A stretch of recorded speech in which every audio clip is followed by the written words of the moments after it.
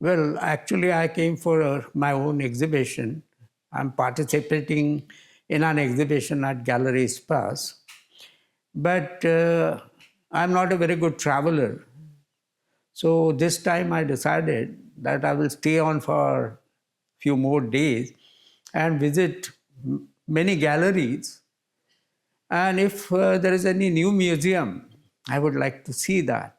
So I yesterday visited many contemporary galleries, and today I went to the museum that's called Humayun Tomb Museum, which has recently opened. I believe it's opened in 24, so very recent. And I found it very interesting. First thing to focus on such a narrow topic, and now technological advancement has made it much easier to communicate information to the viewer. That's one great advantage of this technology. So even they have a good collection of objects, very selected objects. So advantage of that is that the person, visitor, doesn't feel that he has to see so much. There are very few selected objects pertaining to the main topic. What's your experience of visiting Delhi as an artist? How different you find it? Yeah, you see, I have to imagine a lot because in Mumbai, I'm comfortable because I have a lot of friends around. I go anywhere and I meet a lot of friends. We get into conversation and finally it ends up with art. But distances being. एक minute sir. हाँ. Patch role, respond to the same question. Yeah. So in Mumbai, one might have to travel 60 kilometers from his residence to the gallery or Kulaba. Mostly galleries are located in Kulaba. But once he is in that area, then galleries are close by, so he can cover many, exhibitions. And I, being from Mumbai, I happen to meet someone and then we talk about art and all that. So that way I'm very newcomer to Delhi. And in fact, for that reason, I decided that this time I will go for the opening of the exhibition. So I will get to know artists. Maybe topics will be different in discussion. And then I will get to see art in contemporary galleries and so on. Now, one can sense that Mumbai being a sort of center, there are a lot of influences and many artists from many states come to exhibit in Mumbai galleries, maybe private or public. So you get to see very diverse kind of work. Of course, I can't make a very firm statement about Delhi artist and art, but one can see, several kinds, and to some extent, traditional Bombay school art, that is landscape portrait, which is still there. Yes, yes. And they exhibit it as their creative work in the galleries. Yes. So that's something different. Whereas here, as if artist has committed to exhibit his work, possibly, his work is focused on his major concern. Whereas in Mumbai, you get to see very diverse kind of work. Sir, thoda sa, please tell me about where you were born and your very sketchy journey till you came to JJ and study art. Yeah, okay. I should say I was very fortunate because my father had interest in art.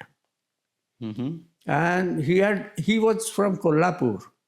So he was exposed to all kinds of all disciplines of art, like music, drama, literature, and visual art, like Abalal Rahman, then Baburao Painter, and you know that Prabhat Film Company, so cinema.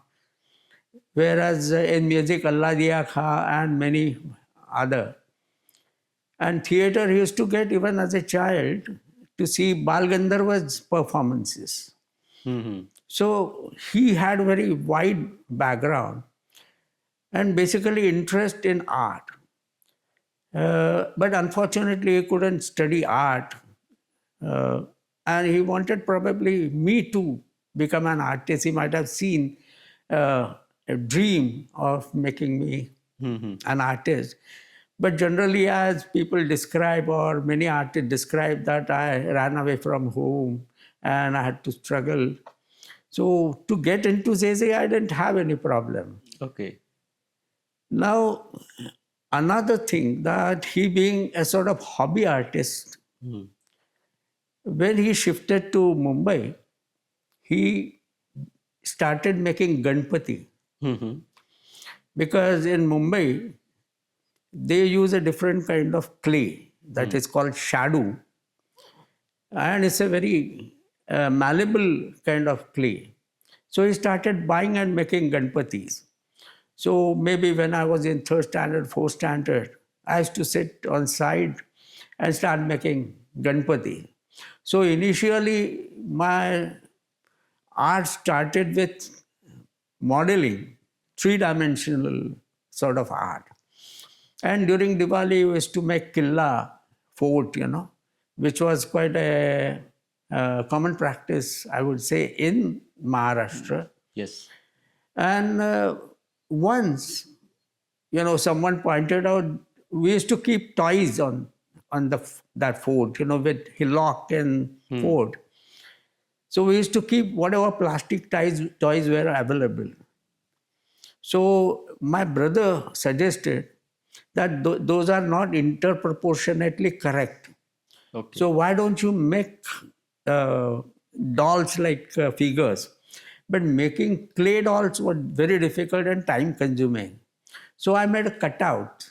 And because of our textbook, I had a lot of references, like, shepherd, farmers. So I had made almost, I vaguely remember, maybe more than 100 small cutouts, maintaining into proportion. Okay. That was before JJ. Before JJ, that must have been before 8th standard. Okay. Maybe in 7th standard. Because in 7th standard, I was very active. In Diwali, I used to paint on the floor or put rangoli and all that. One more thing happened, that at my school, I was in Thane, living in Mulund and going to Thane to the school, because that school provided, classes in drawing and painting. And then I was also determined to become an artist. So in 7th standard, one incident happened that, of course, drawing teacher I was favorite of drawing teacher because my drawing painting was good. So once, for some exams, generally, I did not expect much in maths, English paper when those were distributed. But when art paper were distributed to the student, I would be very hopeful and waiting for my paper to get, and curious about how many marks I have received. So that teacher didn't give my paper, and I was worried whether I have failed or what. But my paper, my drawing, was kept last. Then he called me, and the subject was going to the school. So he said, how many marks you want me to give? I said, it's up to you. So he said, in art, you can't give 100, so I will give you 1 mark less. And I was very happy. Then he explained to me why he liked my work. Because, as he said, that students generally would do only drawing of the subject, expected, like balloon sailor. Then they would do only balloon sailor. But you have shown playground, trees, school building, and some students coming running and some students quietly walking. So that atmosphere you have created well. So I'm giving you those many marks, 1 mark less. And when I returned home and I showed this to my father, then that was like sealing my destiny that I'm going to become artist. And it wasn't difficult because then I appeared for elementary and intermediate examination, which were required for admission at JJ School of Art. So that was during the school time. And of course, I enjoyed doing art. As I said, that clay modeling, painting, and whatever artifacts. Which year you joined JJ, sir? JJ, I joined in 66. I passed my matriculation in 66 and immediately joined JJ School of Art. How was it that time? How do you remember JJ? Yeah, fantastic. It was, not that I'm nostalgic, but it was somewhere midpoint. Considering this 2025, that was somewhere a midpoint, I feel. And the kind of education, though we were not conscious of syllabus as many of these art students are, but the kind of training, assignments we used to have, like live painting and portrait, still life. During my studies, I didn't realize much, but when I look back, actually what was the training or, what finally you achieve, finally you learn. When I look at it, So first thing is that basically students develop a coordination between perception and action. When he's drawing from model, he's looking at the model and drawing it. So, because it being a sort of external object, professors can suggest correction in that. Later, when you talk about my internal reality, and then teacher has no access to it. Right. But here, he can correct your drawing.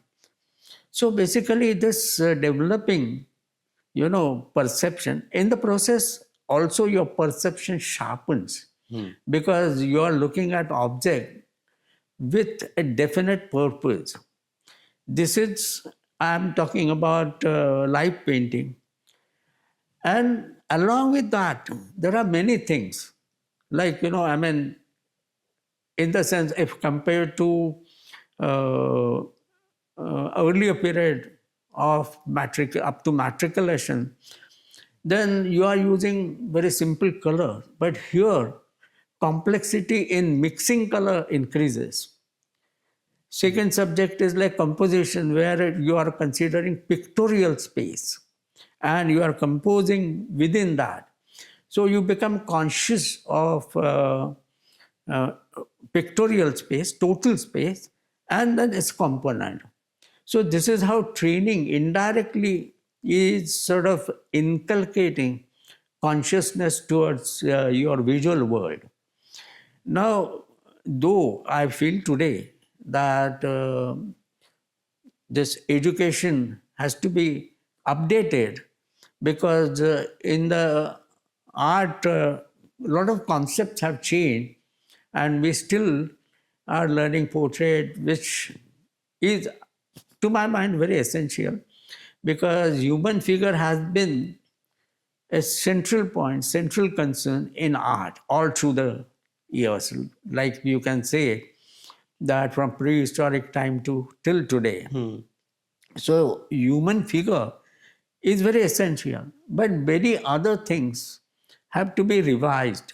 So education system needs to be updated, and some of the aspects have to be incorporated into education system. So how the things have been changing now in 2025? What's your idea? Because you are in touch with the students and the continuous, all the students are your friends now. Most of them, they have become big artists in over the years. How do You you see, see? I mean, one interesting thing was that after coming out of art school, you are exposed to the whole world. You don't think of academic training, but world art. Hmm. Now, as I said, that advantage of taking a very systematic education at art school was that it's a collective learning. In the sense, if there were 50 students, you are learning from 50 students. When you work in isolation, then you have to correct yourself. But here, I mean, when there is a portrait being painted from a model, and if there are 50 students, there are 50 versions of that portrait. So you know what all can happen. All these advantages were at JJ School of Art, or for that matter, in any art school. But still, you are thinking in terms of aesthetics of, academic art. But when you come out of art school, then you realize that it's very vast. And lot of changes have taken place. Like I passed out in 71. And much prior to that, conceptual art in 60s, installation, forms have changed or concepts have changed. Relationship of viewer and art object has changed. So there are many concepts which you need to know, because concept provide a focal point for viewer to understand art. Like when I look back, I felt that a teacher should instruct, or point out that when students do a drawing, there is a gesture in that. It's not just a line drawing. There is a gesture. And what artist appreciates in a drawing, that it's a quality of line, then movement of line, or even turn and twist of line, pressure of pencil. All these things are appreciated. Therefore, trained artists would say this is a good drawing and this is not a good drawing. And for instance, like Botticelli, usually on shield, this Cathay Colways, all these artists have different kind of line.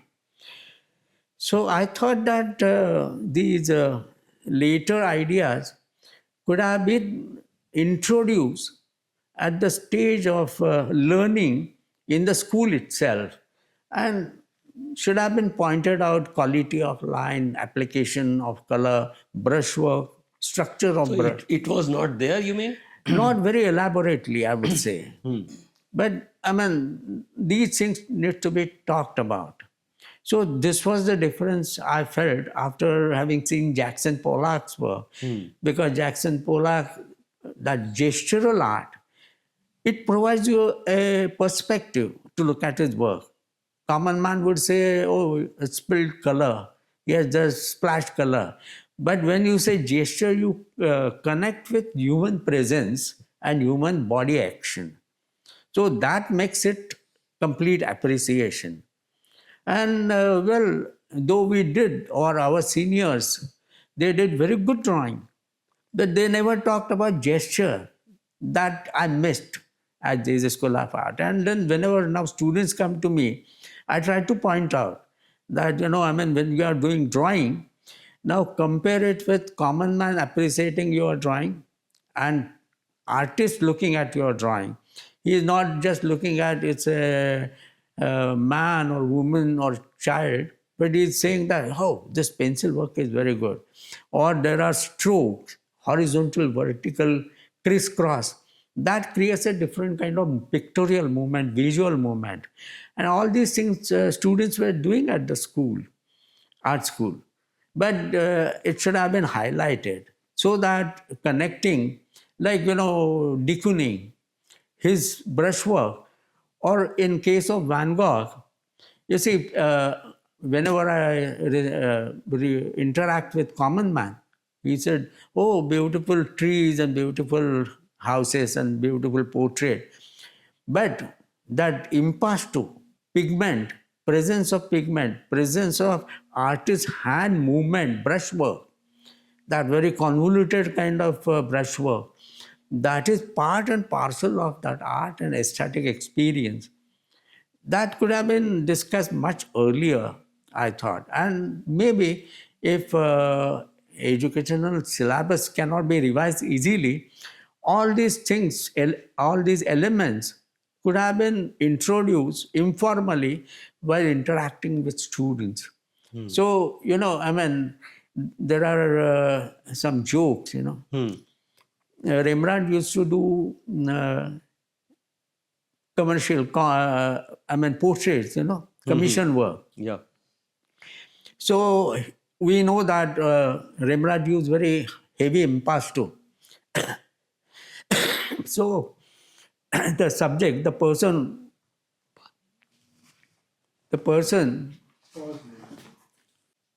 we know Rembrandt's portrait very well. And he used to do some commission works also. So generally the person who has commissioned the work and Rembrandt has painted his portrait, he would come to see. And we know that Rembrandt used very heavy impasto. So that person would go very close to the painting and was not very happy. So Rembrandt knew it. So he would tell that person, don't go close to the painting. Those fumes of paint are very harmful to your health. So he would keep away. So, but basically that, his impasto and that brushwork is a sort of pictorial structure of the painting, which is very important in aesthetic sense. And that's in fact his innovation and very harsh or strong light. So this is how, understanding texture or brushwork is very essential. It's not just a picture depiction of some scene or, some object. But even these pictorial elements like brushwork, color, movement, those are important. And many a times, one of my friends, he still does commission work, and how common man looks at, a portrait. So that friend of mine was given a commission to paint portrait of some minister, and he was to inaugurate, some exhibition where his portrait was displayed. But he also went very close to the painting and said, very rough. It's a very rough painting. He wanted very smooth, tonal gradation and all that. So these visual elements and its role in painting it needs to be explained to the common man. Basically, my idea is that, what common man expects, that some very pleasant view, very familiar kind of story. Like, the best example is Raja Ravi Verma. Why Raja Ravi Verma's paintings are so popular? Because most of the people know the story. Yes. And they understand the story, but they may not understand pictorial, aspect of painting. So actually appreciating pictorial art as pictorial art with its visual aesthetic I mean, people require training. And in 71, when I passed out, I was very fortunate to have joined museum. You immediately joined? Almost. Okay. I was working in in an art agency for a while, where Advertising agency. um, Advertising agency. advertising agency, but my job was to do drawing for some books. Okay. It was little different, but after that, I was told that there is a job vacancy in Prince of Wales Museum, So what was your, you joined as? artist and modeler Okay. in the natural history section. Mhm. And it was totally different. Then I was a little worried whether I would be able to do this work or not, because academic training was different. But later I realized there is so much to learn. Because when I look at, look backward, you see, at JJ School of Art, one feels, if he is very conscious of it, that every year he is learning something new, which he had not learned, though he might have produced drawings and painting. But at School of Art, you feel that you are learning. It was a 5-year diploma. Every year you are learning something because there was some challenge, and that was good thing. So when I joined at the museum, challenges were of different kind. One thing was that as I joined, our chairman, sectional chairman, was bird specialist. And he gave me an exercise because he said that you are an artist, but you have to become natural history artist. And therefore you need to know natural history. And then he gave me an assignment where I had to draw some 5-6 birds, maintaining their interproportion, and I had to draw it accurately. Whereas at School of Art, you are supposed to create. But here you are bound by what exists there outside, and that too in nature. So I was given an exercise to draw swan, bar-headed goose, mallard duck, shell duck, pintail, which all look like duck. So one exercise was that if I were a common man and not working in the museum, I would have called all these birds duck. Right. But there is something like order, family, species, subspecies, and all that. So that was one, new experience and new knowledge, branch of knowledge. My concern was with visual, but I did some drawings and showed it to that bird specialist, Dr. Humayun Abdul Ali. So first time when I went to him, I thought he will be impressed. But he wasn't impressed. He just looked at it and he said, oh. And he took out caliper and checked interproportion. Okay. See, build to head to neck and all that. So I was surprised. This is something different. At art school, you learn Paul Klee and line going for a walk. Here, you are not allowed to walk. You have to be accurate. But also, traits of each bird. How swan holds its neck, how he walks, or bar-headed goose, all these birds. And besides observing birds, your observation becomes sharper towards everything. It's not only birds or anything. Because I also had to do diorama painting. Diorama is that, there is a painting at the back and taxidermied specimens are placed in the foreground. So that diorama, the painting is the background. The background. That painting is not just a scene, that's a habitat. Right. An artist had to study what habitat is that, features of the habitat, what kind of soil color, then trees, structure, and overall geographical features. Like I did Flamingo, which is sort of close to the seashore, but there is Lammergeier, which is on high hill. So how it makes nest and what kind of plantation is there. And earlier we had several dioramas where specific sites, like Flamingo was from Run of Kutch, whereas Lammergeier is from Simla.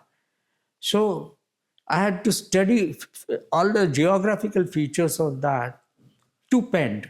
It was not imaginary. So as compared to Jesus Kulafat, your imagination had to, develop, flourish and all that. Here, There is a you have to be discipline. accurate. Yes. This was another extreme, and that certainly was eye-opener, very insightful. So these kind of many concepts basically. And museum had one more advantage, that I being technical, I had to do a lot of manual work like molding, casting. I had opportunity to do taxidermy work. So that was a totally different kind of technique and sort of insightful, in the sense which helped me even in my own work later. Yeah. One example I give you, that I was asked to skin the rabbit, stuff a rabbit. I said, I have not done mammal. I had done birds but not mammal. So I said, I like that. I will do it. So that rabbit was brought from the market, but it was It's a brought live. live. But it was brought in the afternoon. So there was not sufficient to complete skinning of it. So I said, tomorrow morning I will start. And I was feeding that rabbit green grass and some, and it was just sitting below my chair. Next day, that friend of mine, he killed that rabbit. I didn't kill because I didn't dare to. So he killed and gave it to me. I started skinning. I skinned it and all that. But when I started stuffing, I realized that I don't know rabbit well.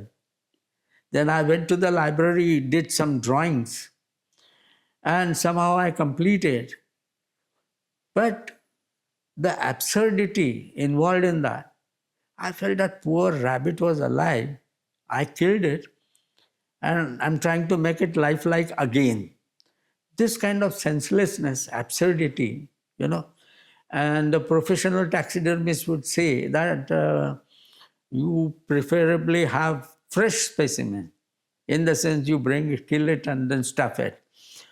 So even these kind of experiences were very useful for my drawings and paintings, because in 70s, This was a regular practice to bring the live animals. Yes. It is, because there was one very experienced taxidermist in Mysore called Vaningen and Vaningen. They were two Dutch brothers. And when I visited the studio in maybe 83, I had taken rhino there. We had skinned rhino in the zoo, our museum team.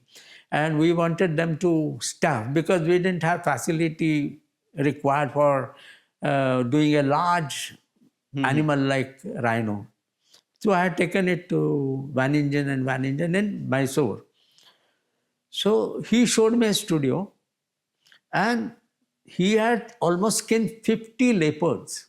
Oh.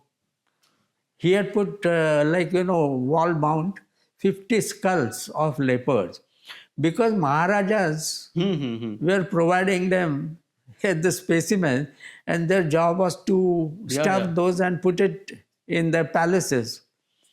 So they have plenty of experience. And that particular person, then he was around 70, two brothers. So he said, I had the skin I had taken of rhino had died in the zoo, and there are certain requirements of skinning or taxidermy, that it has to be done in a cold place, whereas we had done in sunlight, so it started decomposing. So he said, you need to have a fresh specimens. Oh. So all these things, it's in a way paradoxical, Hmm. you know. Uh, like you want to make something lifelike, and for that you study, taxidermy as an art. But you kill an animal, you sacrifice an animal for that. So I found maybe by choice, being vegetarian, I felt it very, It's awful. a hard experience. Awful. Very tough, intense. That you kill someone to make it lifelike. What happened? You freeze its life. Hmm. You decide the posture. That animal doesn't have right to be free and have posture. You give posture to that animal. All these things involved with taxidermy, So, the discussions would go like this, that give posture like this and then we'll use it in diorama and all that. Anyway, but such experiences at the museum. On the other hand, the kind of knowledge you have to have of the subject Hmm. and facility of library. So a lot of books. First time I went to library, and then our director was Moti Chandra, Dr. Moti Chandra. Yeah, from Banaras. Yeah. And he was Indologist, very great, knowledgeable person. Yeah. So he would insist that everyone must read. And when I walked into the library and saw many books, oh, I realized that what he must have meant, that you have to have knowledge of the subject and how much he must have read. So that was very overwhelming experience. Later you know that your subject and your scope and limits of your subject, and then accordingly you start reading and all that. But reading was available, books were available, and well, I had interest in reading also. So developing two things simultaneously, like, very technical work, like molding, casting, model making, display designing, taxidermy, screen printing, all that. I also was reading about animal behavior. Hmm.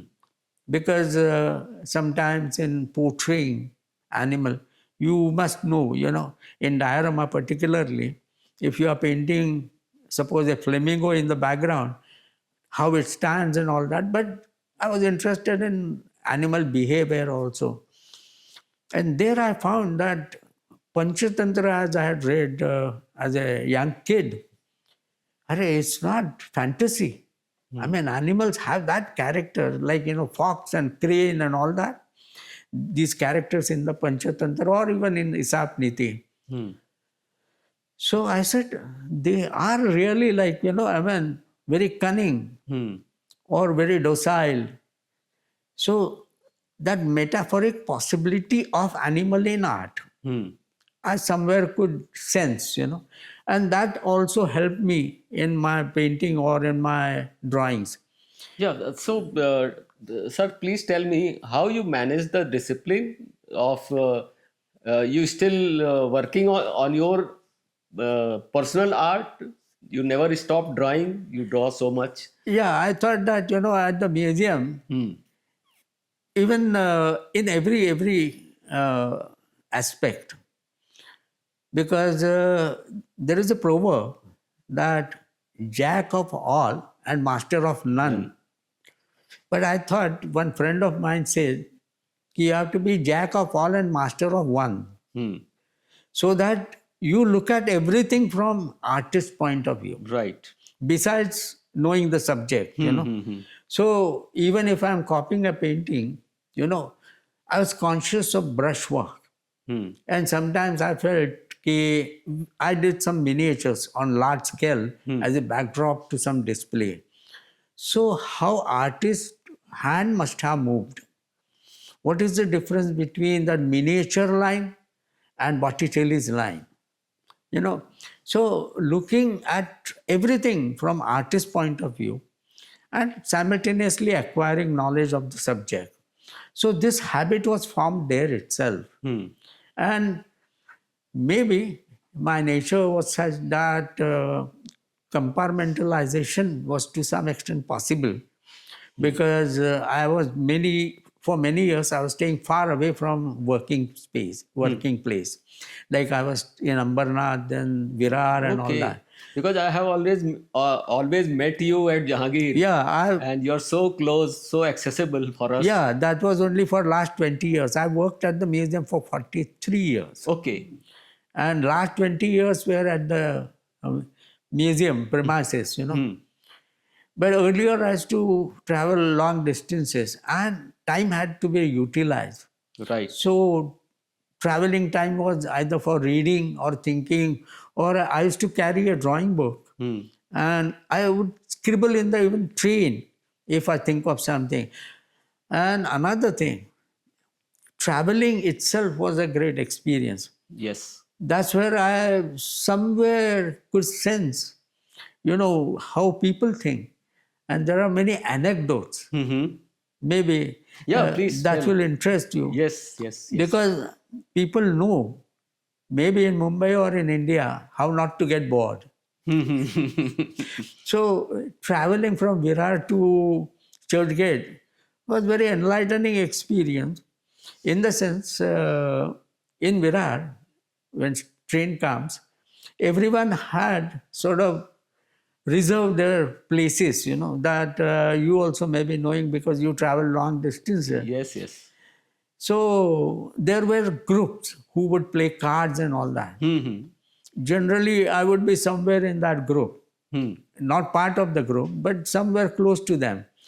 So I could observe it. So newcomer who might have started coming in that train, traveling in that train, that newcomer would try to make, you know, friendship with someone from the group so that he gets a seat after Andheri or something. Yes.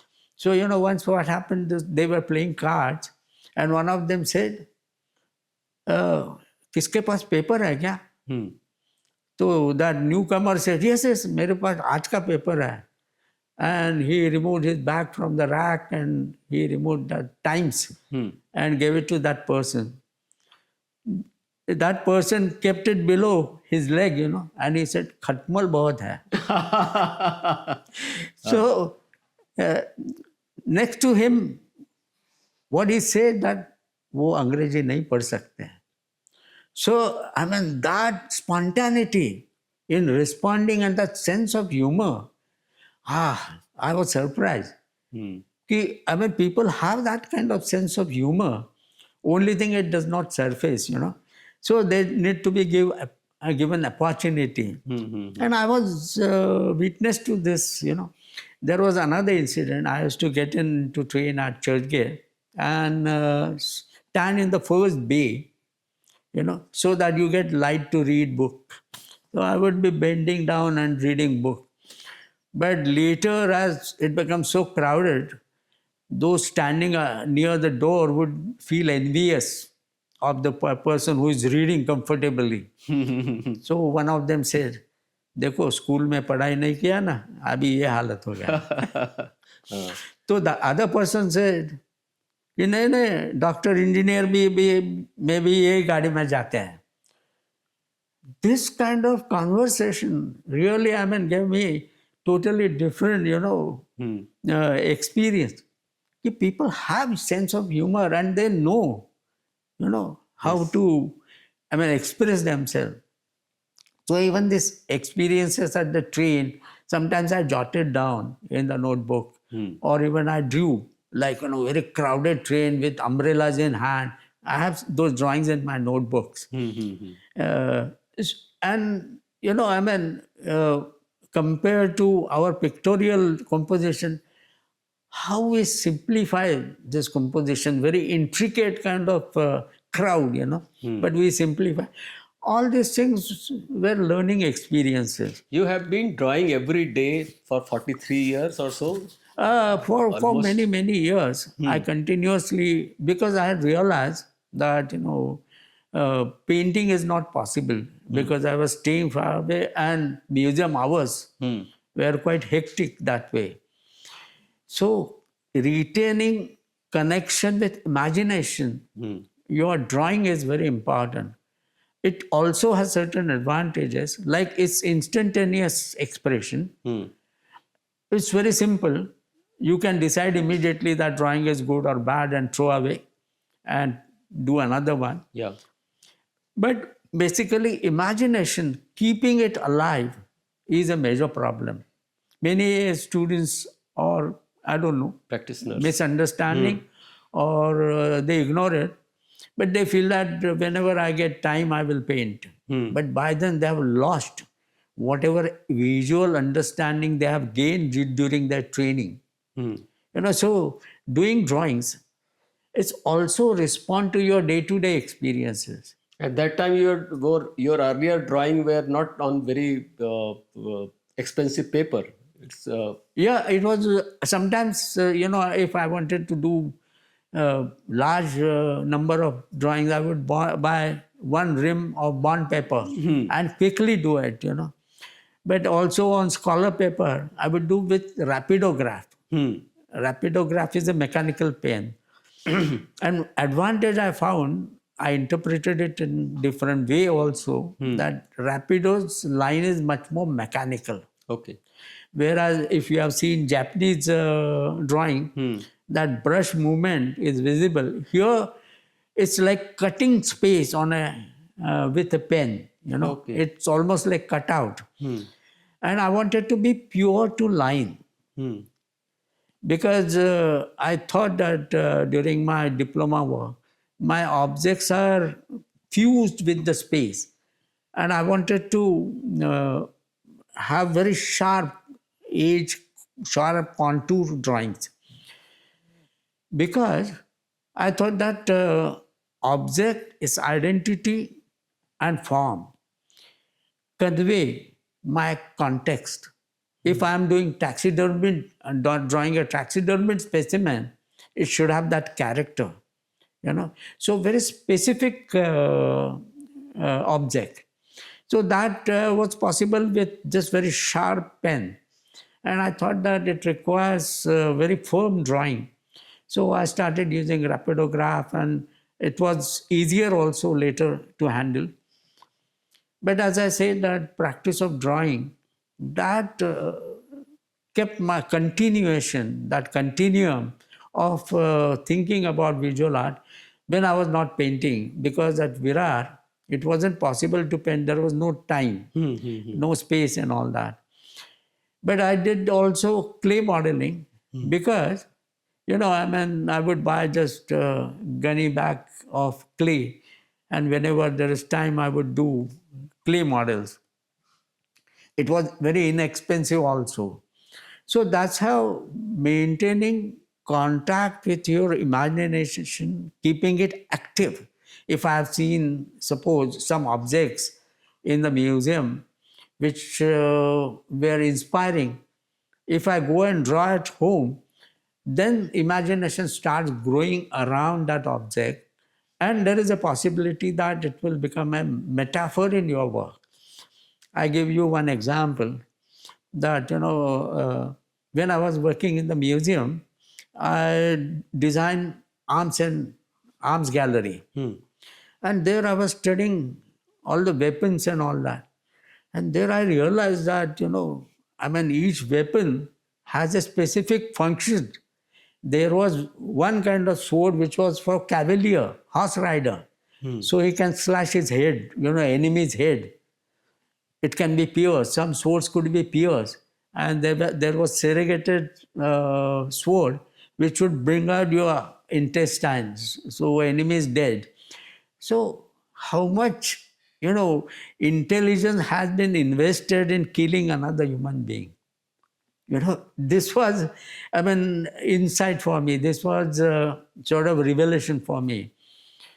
So in one of the painting, what I did, that I have painted butterfly, and it's being slashed with a sword, cutting into two pieces. And that sword has a very decorative, ornamental hilt. Hmm. So it's studded with precious stone. So there also you wonder, this is a weapon, such a, I mean, terrible act to be performed with that weapon, but it's studded with precious stones. So we had named that object as beautiful object for killing another human being. That kind of paradoxes I was coming across constantly. Then there is one more work which I did, was fossils, series of fossils. I think you photographed those, possibly. Yeah. So fossils, the idea came from that I had designed a showcase for children to show them how fossils are formed. So I had made 5 relief models, stage by stage, how it's turned into a fossil. In the sense, shell become a stone, petrified.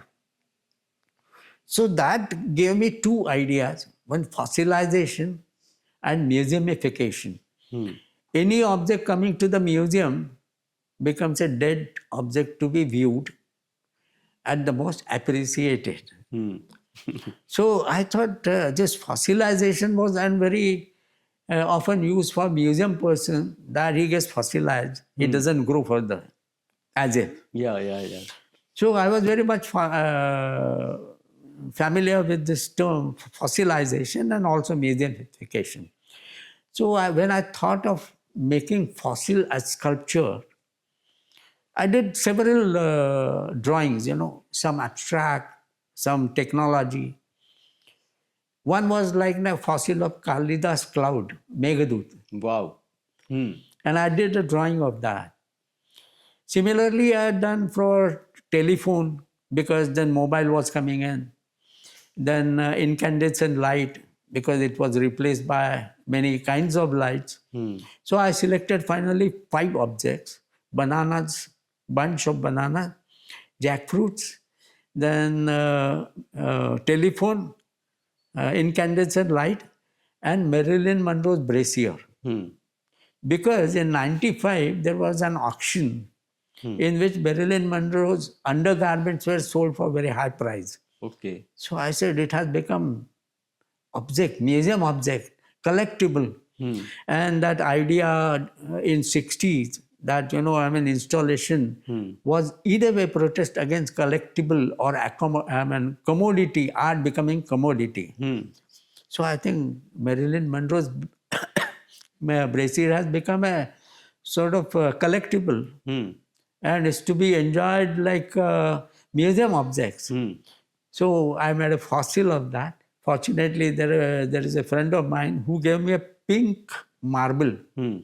So I put that brassiere, molded it, and made a fiberglass cast of that and painted accurately, like it has turned into a stone, marble stone. So all these connections with the museum are, I think, very much there in my work. And in not only in terms of images and objects, but even on conceptual level, because in restoration, you see, you study underpainting, Yes.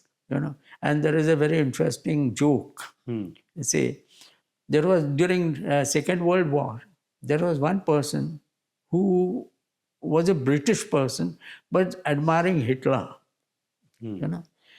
So he went to Germany and bought Hitler's portrait. But he was told that you will not be allowed to take it into Britain.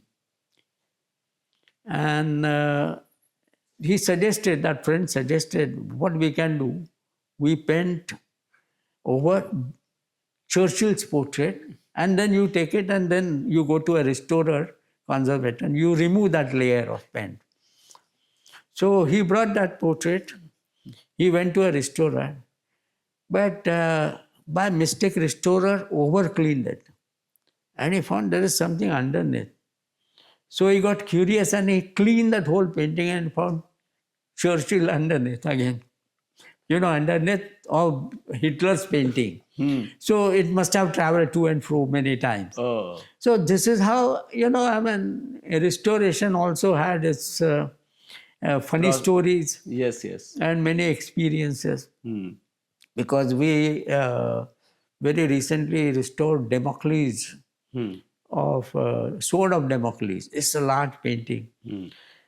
And one of the scholars, he had studied that painting and he had identified, but till we had not cleaned its footstool and found his signature, autograph of the artist, we couldn't declare that this is by Antoine Dubois. That was by Antoine Dubois, French painter. So this is how all these experience at the museum, then traveling experience, Yeah, then come to traveling experience, your Yeah, visit to I the mean- museum around the world, wherever you are. you yeah, I went. mean, in 1985, I had Indo-US subcommission grant, Hmm.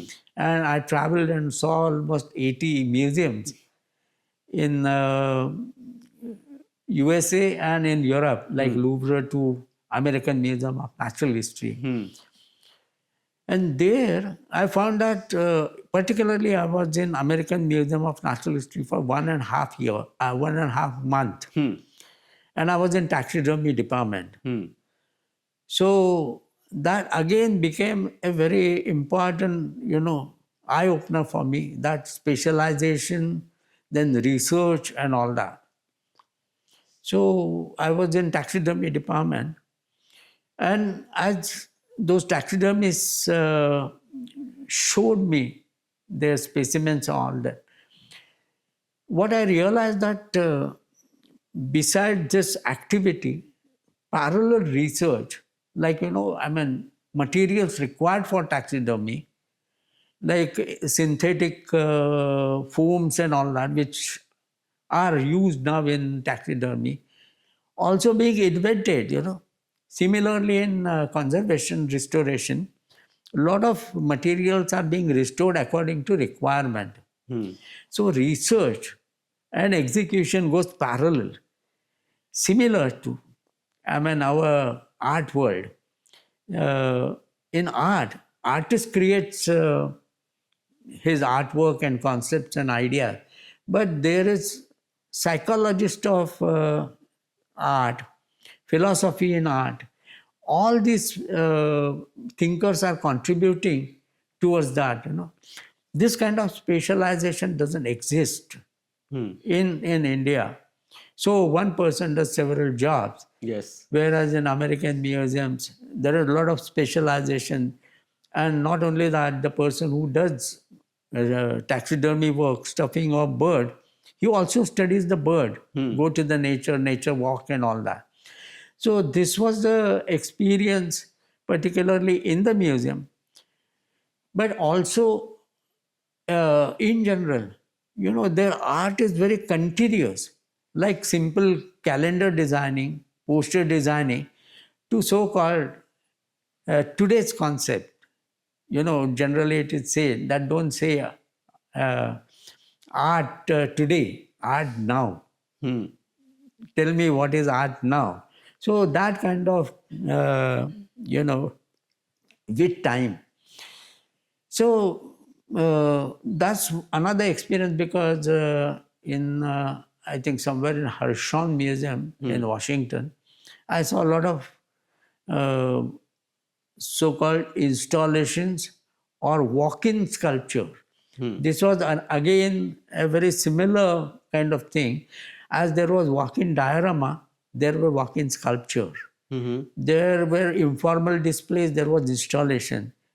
In the sense, displays in the art museum as well as displays in the Natural History Museum or Science Museum were evolving parallel almost. Hmm. So I remember in some of this technology museum that photo electric effects and all that. Hmm. So that was the display. Or even there were simple displays designed to explain the theory of probability. Hmm. And what I'd done, that there was a chamber on the top which had some black and white balls.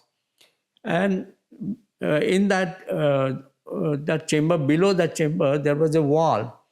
So it would fall on that wall and either fall in the right side jar or left hand side jar.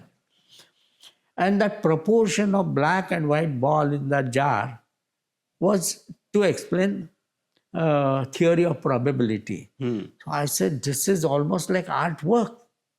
This is not only to theory of probability. So this kind of similarities,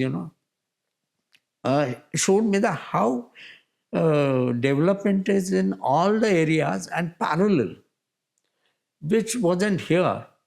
I think even in art, like poet, fortunately in 60s and 70s, you see, at least there was much more interdisciplinarity. Poets were going to the galleries or artists were going for a Music concert, music, or poetry theater, reading, yeah. and there was some interaction, but which was later on lost.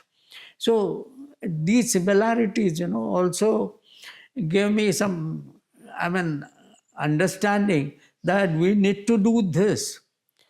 Fortunately, to some extent, as I said, that it was happening in museum because you were exposed to many disciplines and you practice some of those, like technical work to theoretical work.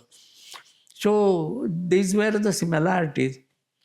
But after coming out of art school, that vastness of art, and you are doing only a small portion of that, which is called visual art.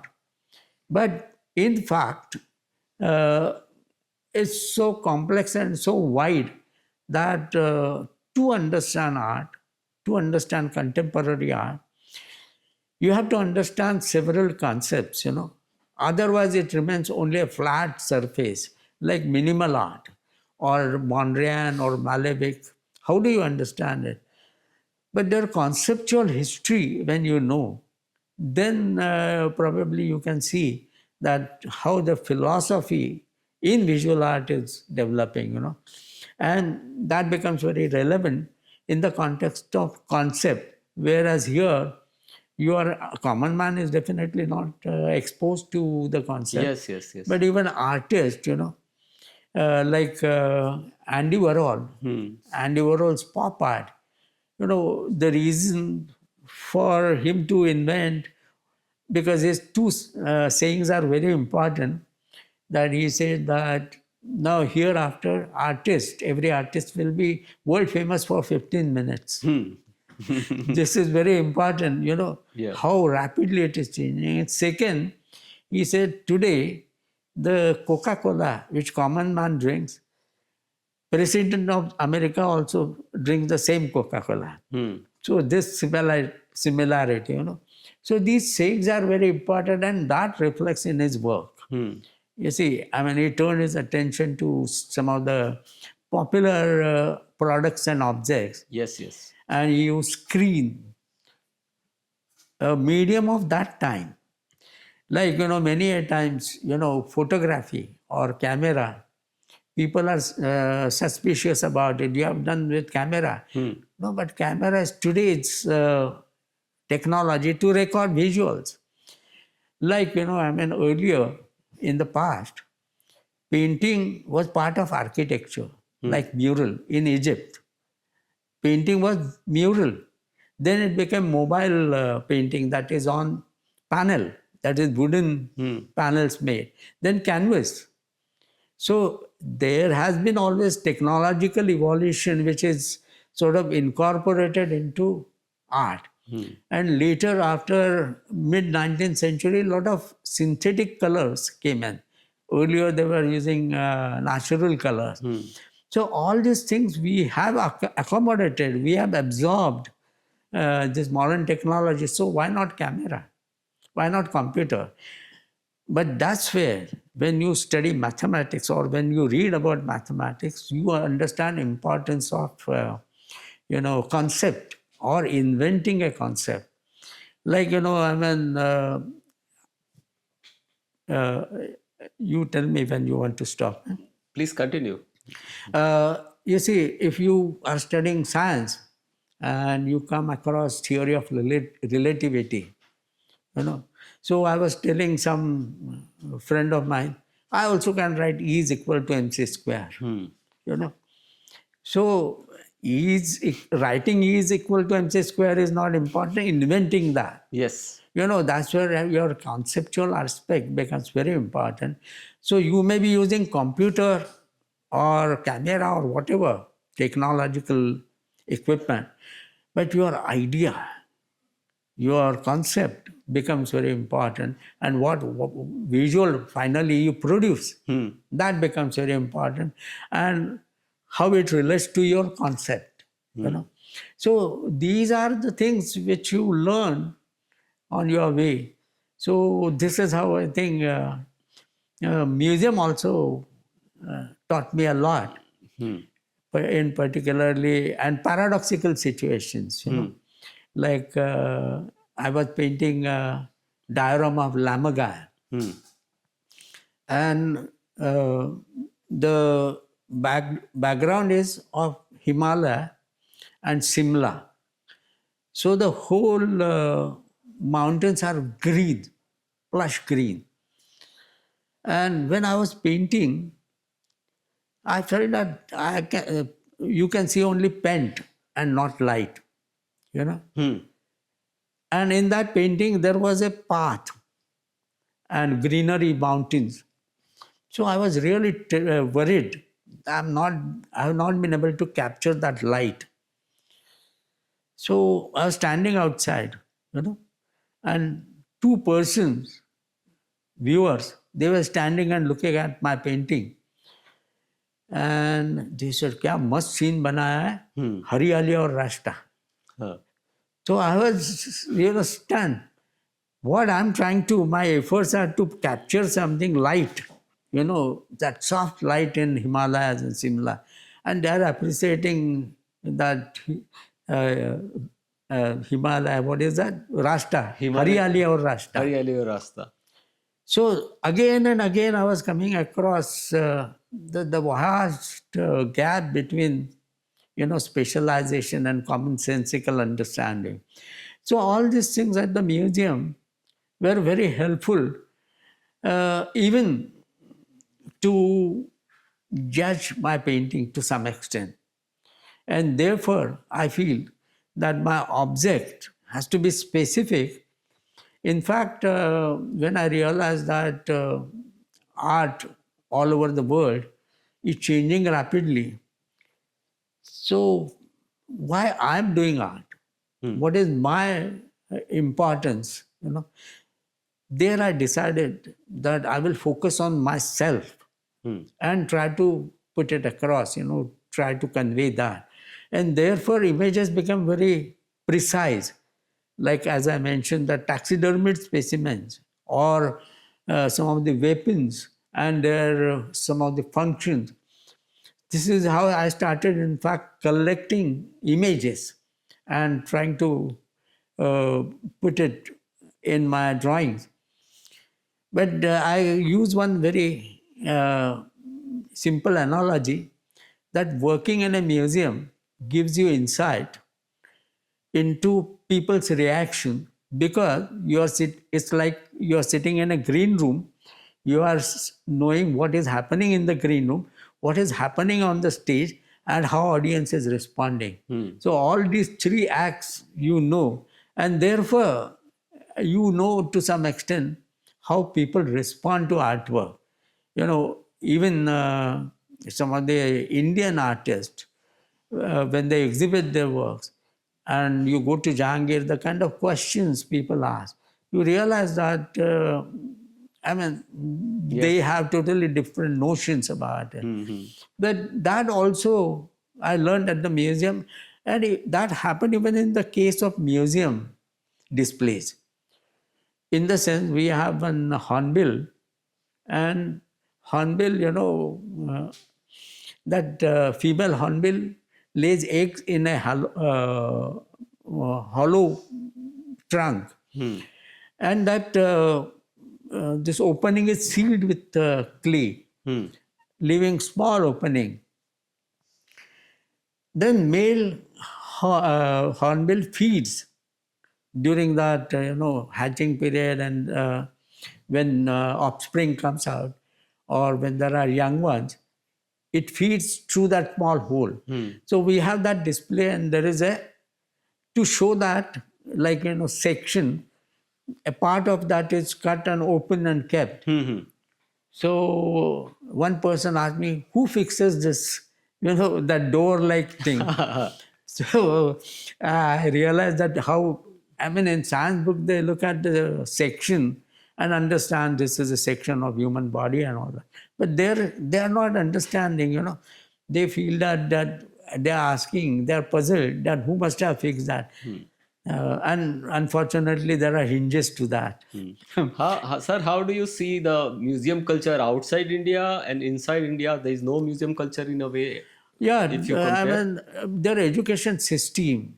Now, see, every museum has its, or in Indian situation, museums have their limitations. But when I was in American museum, I used to be deputed in various museums.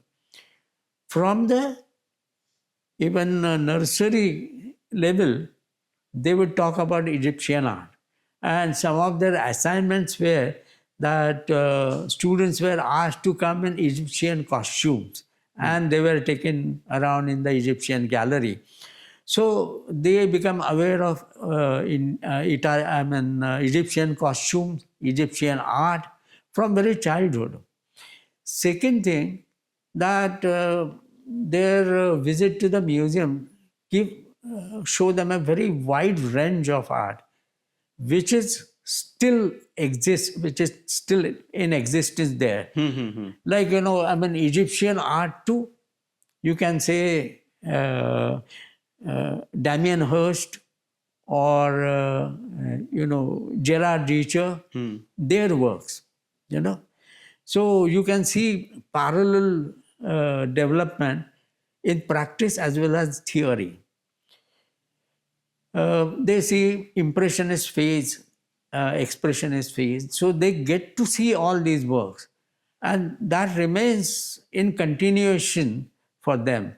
Whereas in our museums, we have antiquities, or we don't have that evolution in modern art. And not all the artists are available for viewing.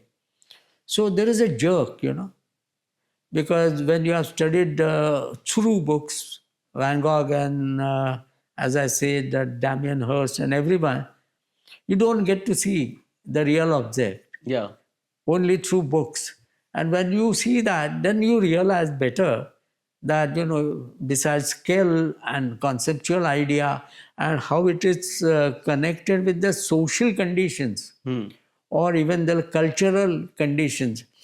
Because one of the authors had described that simple change in history, that this manual or handicraft became, extinct, and mass production became common. How importance of skill became less. Yes. That everyone knows. That has happened even in in India. The best example is that you get to see still that there are earthen pots, what we call matka, in yellow plastic, green plastic. Yes. Shape is retained, which is traditional, whereas material and process is very modern. Yeah. So this is very interesting, example that how that shift. But particularly in India, idea about form remained ancient. Only process and material had changed. Like even in Surai, yeah. Surai you get to see in plastic, green, bright green plastic. Yes. So all these things are somewhere part of concepts in the visual art. We take a small break, sir. Yeah. How much technology is going to impact on the idea of museums, and whether it is means to engage and to create a learning space. Yeah, I mean, that's where designer's responsibility becomes very crucial. In the sense, he must know, as we were talking about concept, what exactly he wants to convey. As probably we discussed about dinosaur, which aspect of dinosaur you want to convey? Extinction of, reason for extinction, then how to keep focus on it, because these technology makes it more entertaining, but that itself becomes overpowering, and I think content information is not conveyed or not properly conveyed to the audience. So this is part of the designing, how you design your display. That is very important. Otherwise, technology is going to take over. So it's like they lost in the experience, and they might lose the main crux of the information which we want to convey through that arrangements. Yeah, the best thing is, the best illustration is that there is so much literature available, so many kinds of articles, written text available on Google. But when you decide your focus, then you have to be selective what you want to read, because life, human life is very limited.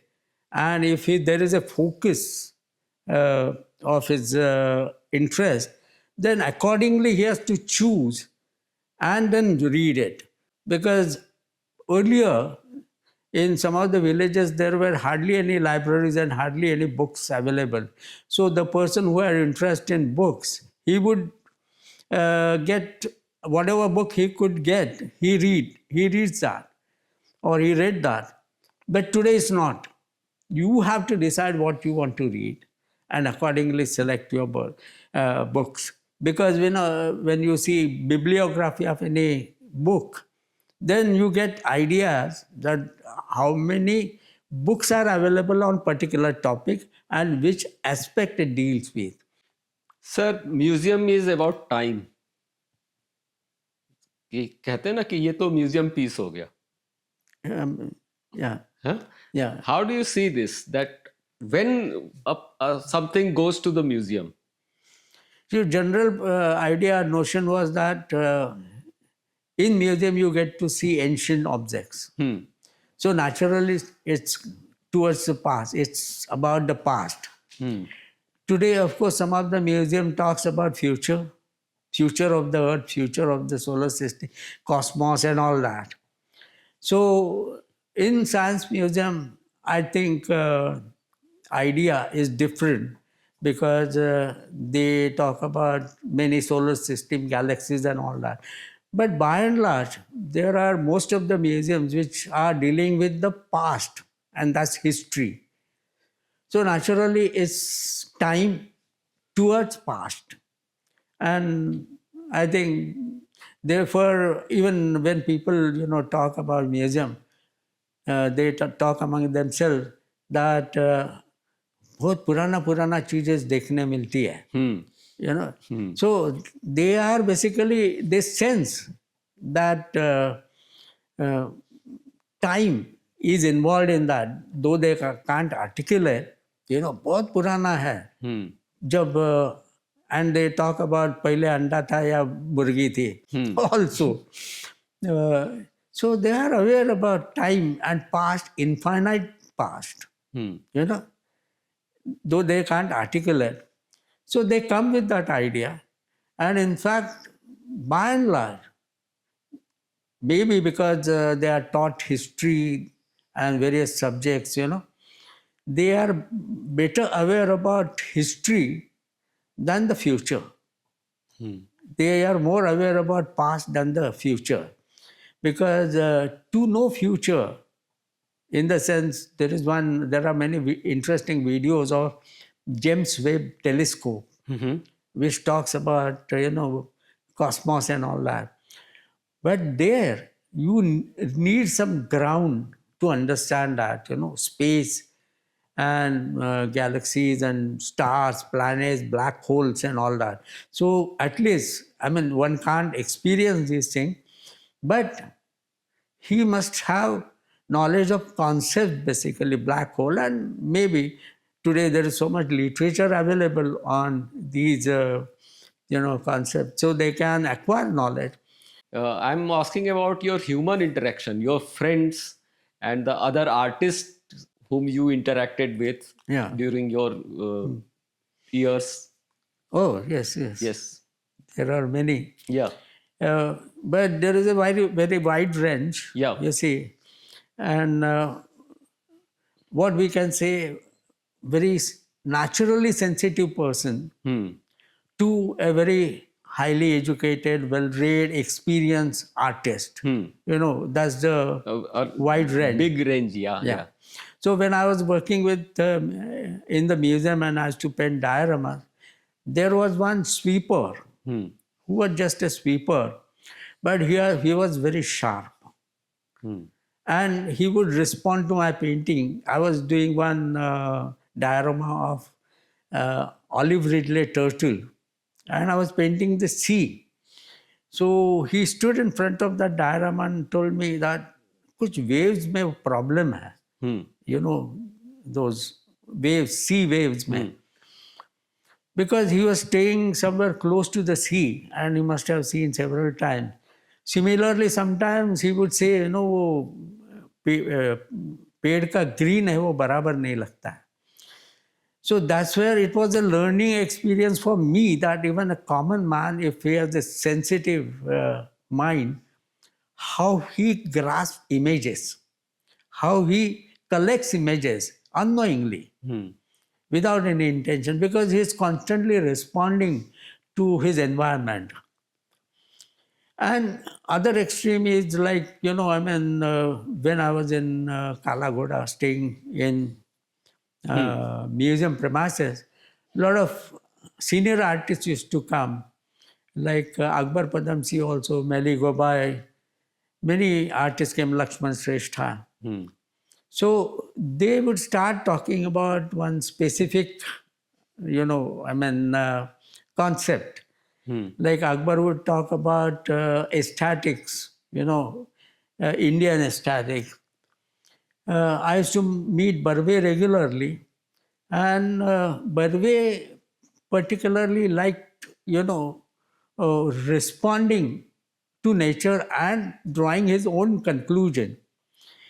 He didn't like much to know through reading, though he was quite well read. So what he called drishtanta, So his experiences were based on his, insights.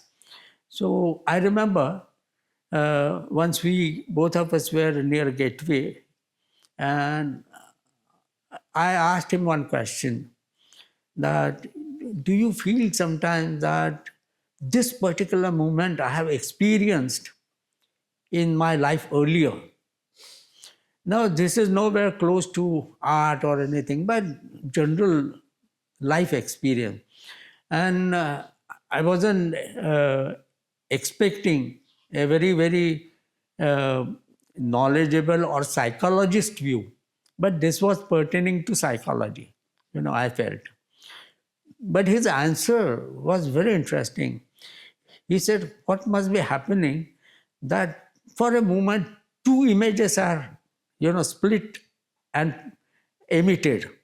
So one goes into the past and one remains in the present. And therefore, for a moment, you feel that I have experienced this moment before, exactly like this. So this kind of conversation would be with Barve. Another thing that when I started visiting his studio after 72, I was under pressure because, I was meeting a very well-known, established artist, and I was just 22 then, student almost. So what I will have to talk, besides that language and all that, generally artists are not good and fluent in language, so how I will be speaking to him? But his method was very simple. You see, he would place his canvas painting in front of the artist, art student, and ask him questions.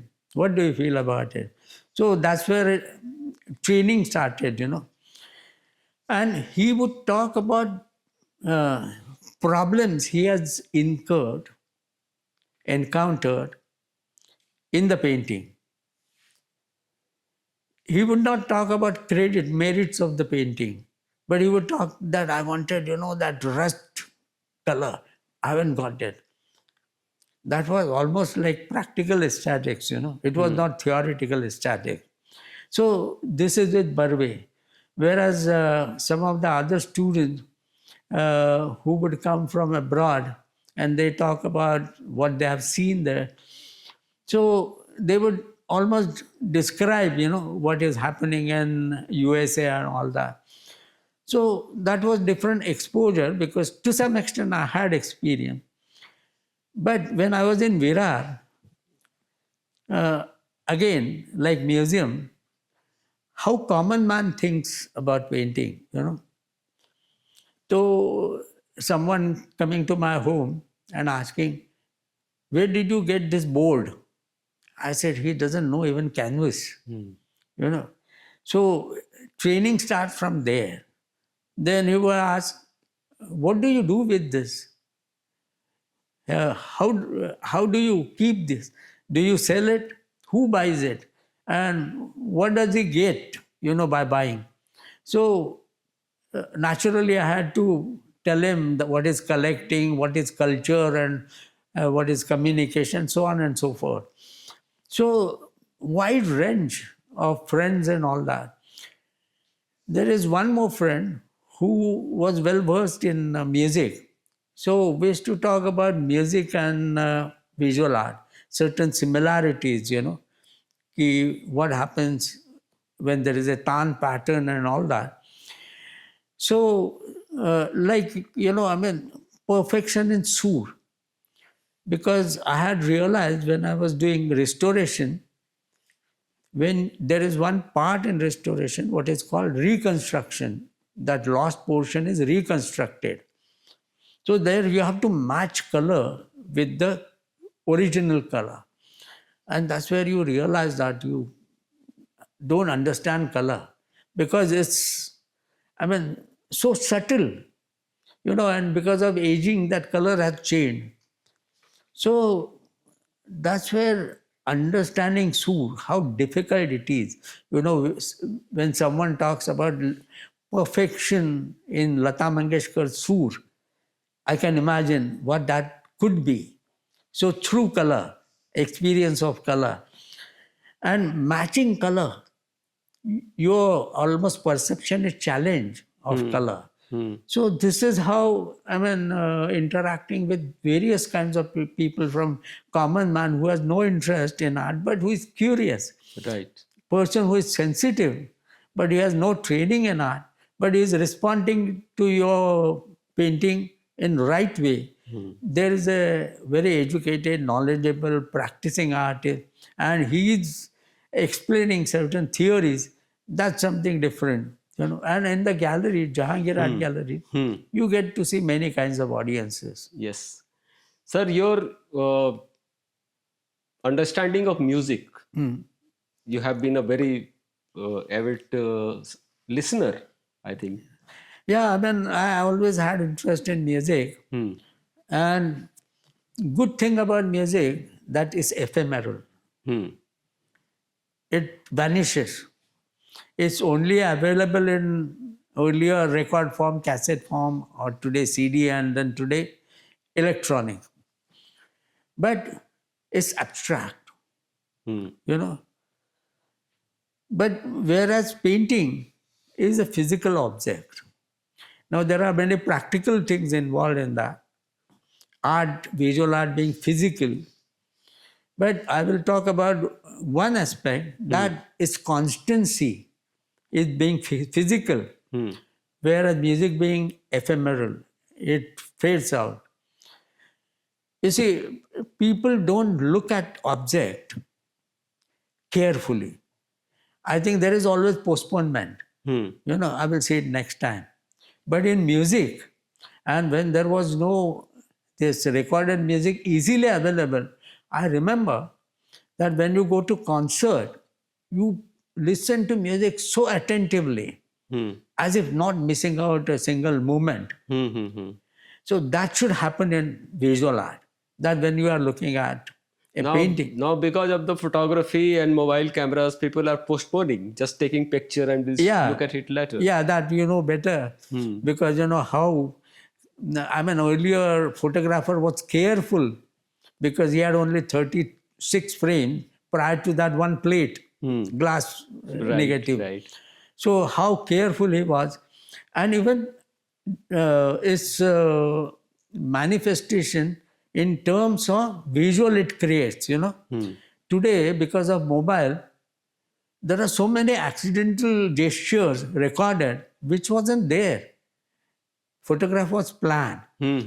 So music was one good medium where you have to learn moment by moment. Yes. You know, that time, linearity of time.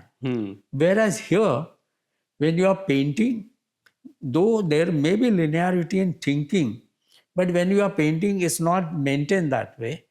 And second thing, when viewer looks at it, he doesn't know in that progression, you know, what linearity must have had in the painting, what he must have painted first and second.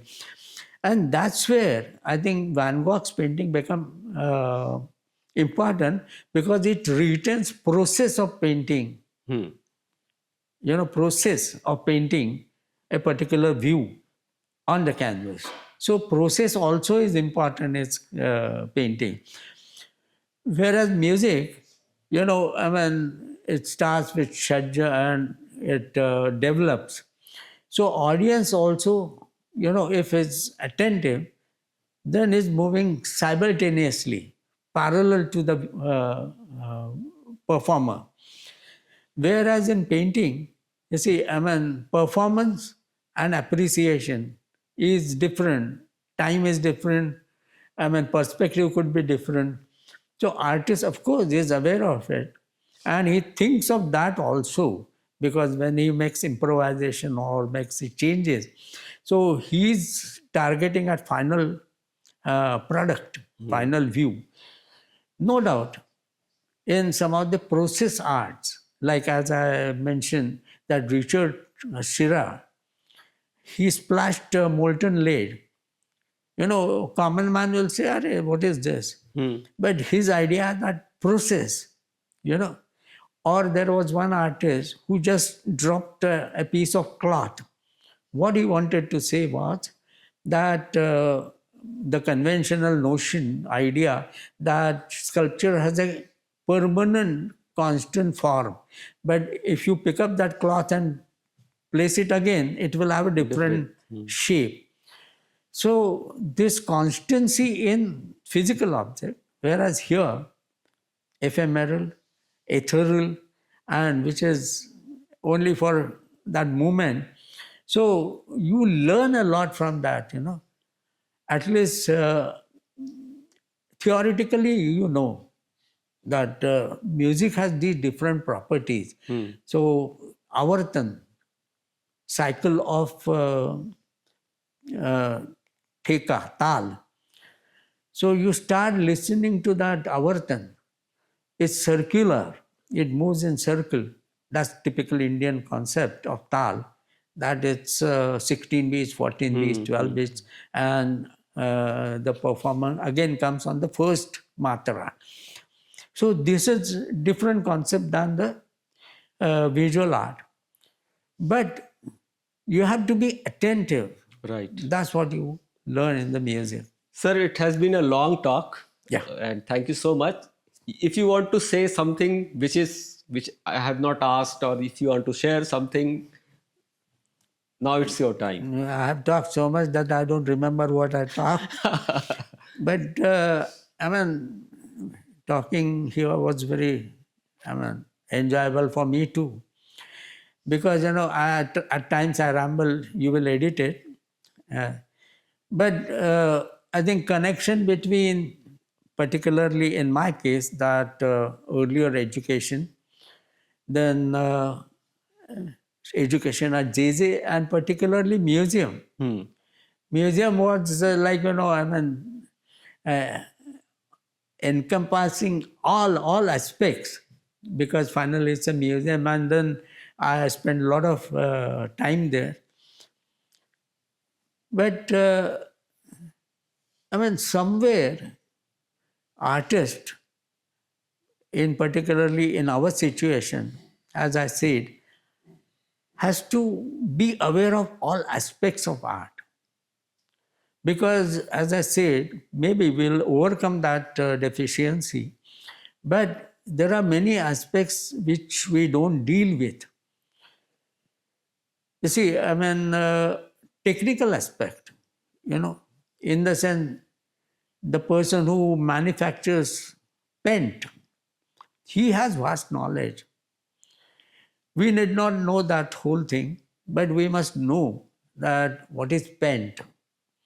You see, so there are several physical aspects or abstract, but artist must be aware of how many aspects are involved in creating or in one particular object, And this is particularly, I became aware about after going to USA, that many thinking processes are parallel in philosophy of art, psychology of art practice, then evolution in paint, If you look at that from Egyptian paint or prehistoric colors to today's modern electronic color.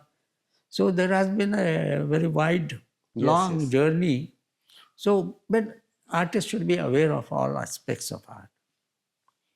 Okay, sir. Thank you so much. Thank you. It has been a great pleasure listening to you and talking to you.